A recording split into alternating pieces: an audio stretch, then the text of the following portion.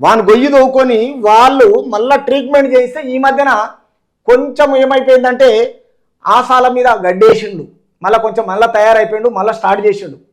తర్వాత ఇప్పుడు ఏందో మన పరిస్థితి ఒకసారి ప్రజలారా మీకు వినిపిస్తున్నా వీని కథ చూడండి ఎట్లా.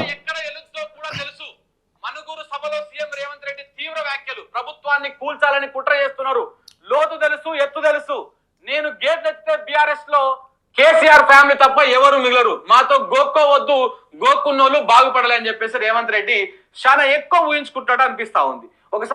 ఒక్కసారేనండి ఇదే కేసీఆర్ ప్రైమ్ మినిస్టర్ వస్తగిన ప్రోటోకాల్ మెయింటైన్ చేయకుండా నేను ఎప్పుడు గోకుతూనే ఉంటా, నిన్ను మాత్రం వదిలా అన్నోడు రాజకీయ ఒక ప్రశాంతత మనోన్లో ఉన్నదా? ఎప్పుడు చూడు ఈ అన్పార్లమెంట్ లాంగ్వేజ్తో 2 రాష్ట్రాలను నాశనం చేసిన ఘనత ఈ తిట్టుడు లాంగ్వేజ్తో కేసీఆర్కే దక్కింది. అతన్ని పట్టుకొని అతని కొడుకును కేసీఆరే లేకపోతే ఈ షాడో సీఎం కేటీఆర్ ఎక్కడికి వెళ్ళి వస్తుండే, ఈ హరీష్ రావు ఎక్కడొస్తుండే, ఈ కవిత ఎక్కడికి వెళ్ళి వస్తుండే, ఈ కుటుంబ పరిపాలన మీద ఆధారపడి బతుకుతున్న వీళ్ళు ఇప్పుడు కేసీఆర్ ఏంటంటే గోకడము స్టార్ట్ చేసిండు అంటే చాలా ఎక్కువగా మాట్లాడుతున్నాడు. అంటే ఆ మాటలు వినండి ప్రజలారా. ఈ వార్తని మిగతా పత్రికలు కూడా సేమ్ అదే విధంగా రాసినాయి. ఇక చూడండి, ఇగో మేము గేట్లు తెరిస్తే బారాసా ఖాళీ అయిపోతుందంట. ఇందులో ఇప్పటికే వచ్చినాయి కదా ప్రజలారా, ఎంపీలుగా బీఆర్ఎస్ పార్టీకి అక్కడ కార్యకర్తలతో ఉన్నారు తప్ప ఎంపీ సీట్లకు నిలబడేటోళ్ళే క్యాండిడేట్లు లేరు ఈ రోజులలో చూసుకుంటే. ఈరోజు భారతీయ జనతా పార్టీ 10 మందికి డిక్లేర్ చేసింది, బీఆర్ఎస్లో డిక్లేర్ చేసిందా? చేయలే. ఏ ఒక్కడు వెనకకు జరుగుతున్నారు. ఇలా మల్లారెడ్డిని పాపం అదే గతి పాలు చేసిరు మీ పార్టీని నమ్ముకున్నందుకు.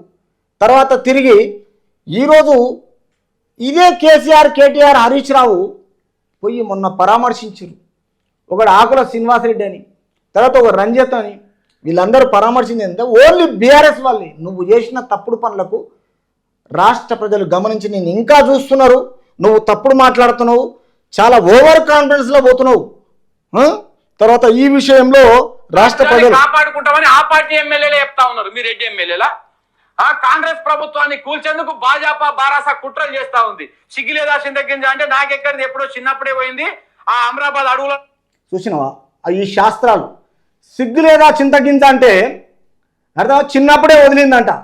వాళ్ళకు మొదలే లేదురా బాబు. మొదటి నుంచి గినా కరెక్ట్ నాయకులు ఉన్నప్పుడు ఏ ఒక్కడిగినా రాజకీయంలో రాని. నువ్వెంత, నీ ఏజ్ ఎంత, నీ ఏజ్ ఎంత, నువ్వు మాట్లాడేది ఏంది అర్థమవుతుందా? రేవంత్ రెడ్డిని ఎదిరించేంత స్థాయి కాదు, అర్థమవుతుందా? పోయిందని చెప్పి చెప్తా ఉన్నాడు రేవంత్ రెడ్డి. మనుగురు ప్రజా దీవెన బహిరంగ సభలో ముఖ్యమంత్రి రేవంత్ రెడ్డి. ఇక ఇందులో కూడా ఆంధ్రజ్యోతిలో కూడా గిదే వార్త, మేము గేట్లు తెరిస్తే బీఆర్ఎస్ ఖాళీ అవుతుంది. ఒక్కసారి ఎవరైనా పర్వాలేదు, ఒక పండుగ వచ్చిందంటే అందరూ చేసుకుంటాం, ఒక పేపర్లో రాసిరంటే అందరూ కరెక్ట్ రాస్తాం.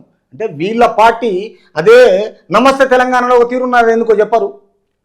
పోనీ ఈ పార్టీలో వీళ్ళు రాసిన ఎందుకో చూపరు, ఎందుకో.